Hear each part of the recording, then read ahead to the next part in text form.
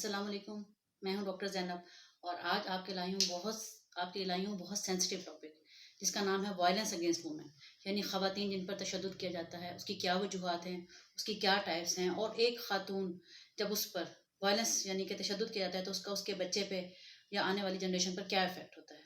तो चलिए स्टार्ट करते हैं। वायलेंस अगेंस्ट वुमेन बहुत पुराना टॉपिक है और बहुत अरसे से, जब से दुनिया चली आ रही, चलता आ रहा है। और इसमें जो है WHO ने और यूनाइटेड नेशन ने बहुत काम किया और अब पाकिस्तान में भी इस पर बहुत बातचीत की जा रही है। ये होता क्या है?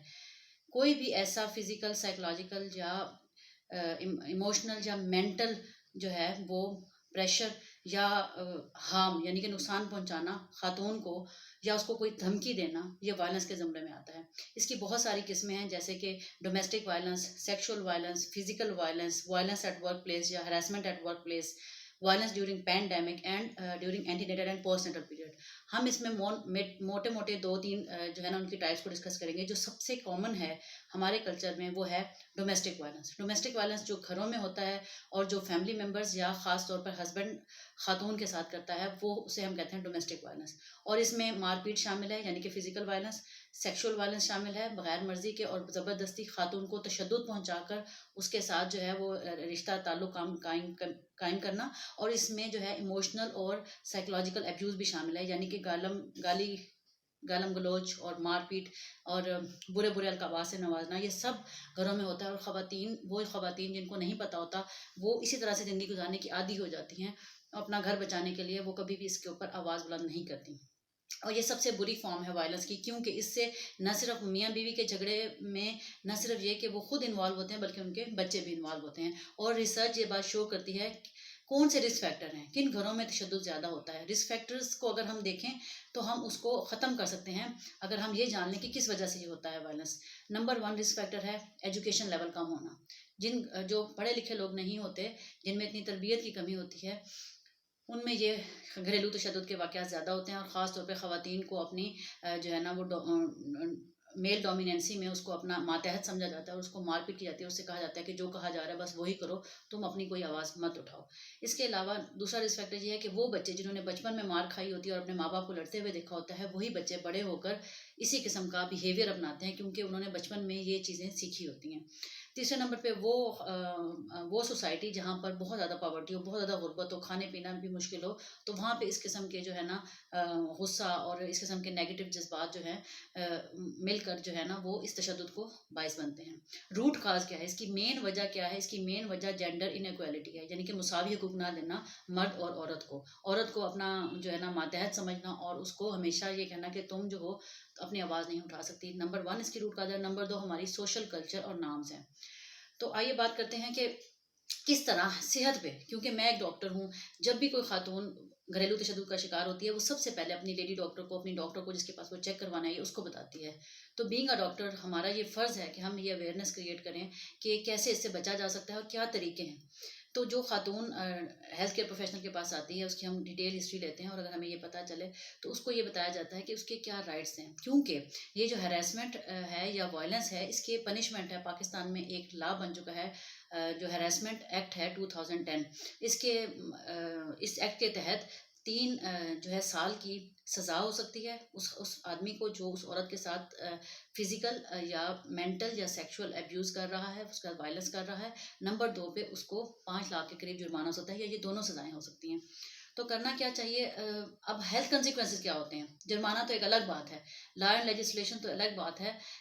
आप ये देखें कि वो मर्द जो अपनी औरत पे जुल्म कर रहा है, उसको मारपीट कर रहा है, उसको गालम गलोच कर रहा है, उसके आने वाली नस्लों पे इसका इफेक्ट होता है। अगर वो खातून प्रेग्नेंट है तो उसके डिजास्टर्स इफेक्ट होते हैं, क्योंकि एक तो वैसे खातून की सेहत ख़राब होगी, उसको सेक्सुअली ट्रांसमिटेड इन्फेक्शंस होंगे, उसकी मेंटल हेल्थ वीक होगी, उसकी स्लीप डिस्टर्ब होगी, वो डिप्रेशन और एंजाइटी का शिकार होगी, इवन सुइसाइडल थॉट्स उसको आएंगी और वो खुदकुशी करने की कोशिश करेगी। जैसा कि हमारी सोसाइटी में अक्सर ऐसे केसेस रिपोर्ट होते हैं कि औरत ने खुदकुशी कर ली, अपने बच्चों को मार दिया। दूसरे नंबर पर क्या होता है कि अगर वो प्रेगनेंसी के साथ है तो उसका मिसकैरेज होने का रिस्क है, उसको प्लेसेंटल एब्रप्शन होने का रिस्क है, उसको प्री टर्म डिलीवरी या प्री टर्म लेबर का रिस्क है। प्री टर्म डिलीवरी मतलब वक्त से पहले बच्चा पैदा हो जाना, कमज़ोर बच्चे का पैदा होना, और आने वाला वाला जो बच्चा है वो न सिर्फ कमज़ोर होगा बल्कि उसके फौत होने का यानी कि न्यूनेट मोर्टेलिटी का भी रिस्क बढ़ जाता है।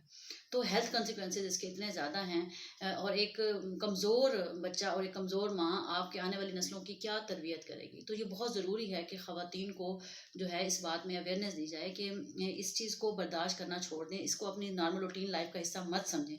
जब ख़वातीन रिपोर्ट नहीं करती तभी ये वायलेंस बढ़ता है, क्योंकि एक बार अगर किसी मर्द ने कोई गाली दे दी, खातून चुप होगी, दूसरी बार उसने थप्पड़ मार दिया, फिर वो चुप होगी, तीसरी बार उसने डंडा मार दिया, यूँ ये एक चेन चलती जाती है और फिर बच्चे भी इस वायलेंस का शिकार होते हैं और वही बच्चे बड़े होकर यही काम रिपीट करते हैं।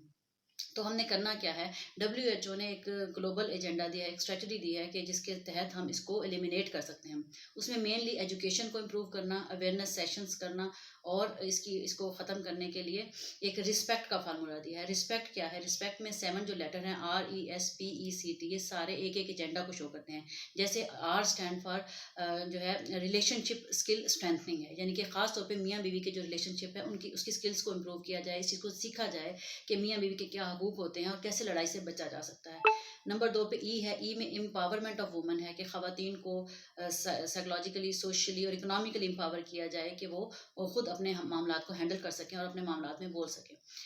और नंबर 3 पे सर्विसेज इंश्योर्ड है, हेल्थ सर्विसेज को इम्प्रूव किया जाए ताकि ख़वातीन को अगर कोई इशू है, उनके घर में तशद्दुद हो रहा है तो वो अपनी डॉक्टर को रिपोर्ट कर सकें।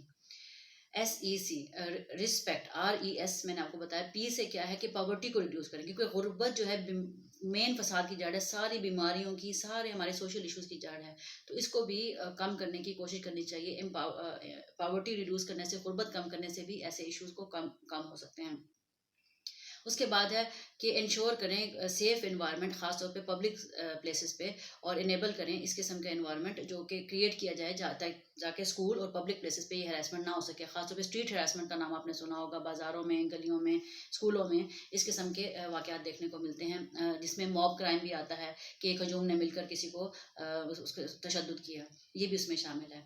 और लास्ट में आता है कि ट्रांसफॉर्म करें एटीट्यूड्स को, नॉर्म्स को और कल्चर को। जैसा कि हमारे कुछ ट्राइबल एरियाज़ में ये कल्चर है कारोबारी का या चाइल्डहुड मैरिजेस का या इस किस्म के कुछ रवाज हैं, तो उनको जो है वो ख़त्म किया जाए, लोगों के ज़हन को तब्दील किया जाए, आने वाले वक्त की तरफ देखा जाए और आने वाली जनरेशन्स की तरफ देखा जाए। क्योंकि नटशेल यही है, कंक्लूजन यही है कि ख़वातीन को अगर अवेयरनेस होगी कि उनके राइट्स क्या हैं, उनको इक्वली बेसिस पे रिस्पेक्ट दी जाएगी, उनको जो है एक रिस्पेक्टफुल सोसाइटी दी जाएगी और उनको एम्पावर किया जाएगा कि वो बोल सकती हैं, अपनी बात बता सकती हैं अपने हकूक़ के लिए, तो ही जो है इस वायलेंस को ख़त्म किया जा सकता है।